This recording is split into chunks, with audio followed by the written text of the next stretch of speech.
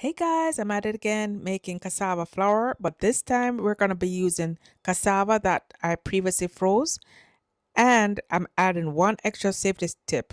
So the first thing you want to do is you want to completely grind out your cassava, and I did that in my food processor on the shred function. Next, I'm going to add it to my Go Nuts nut bag, and we're going to make sure that we squeeze all that cyanide, all that starch out. Some people save the starch. If you want to save the starch, you can just pour off the yellow, the cyanide. The yellow part is the cyanide that will separate from the starch. You can save the starch if you want to make something else with it. However, I am not going to do that. So the extra safety step that I added, guys, I am running this under the pipe also. So normally on my previous videos, I just squeeze out the cyanide and the starch and dehydrate it.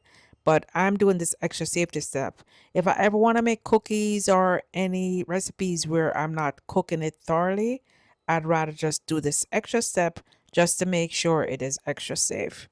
So now that I have squeezed and squeezed and squeezed out all the liquid, let's lay this out on some cookie sheets and we're gonna pop it in the oven on dehydrate for, let's start off with 9 hours at 130 degrees on dehydrate function. Then we're gonna test to see if it's ready and give it additional time if needed. All right.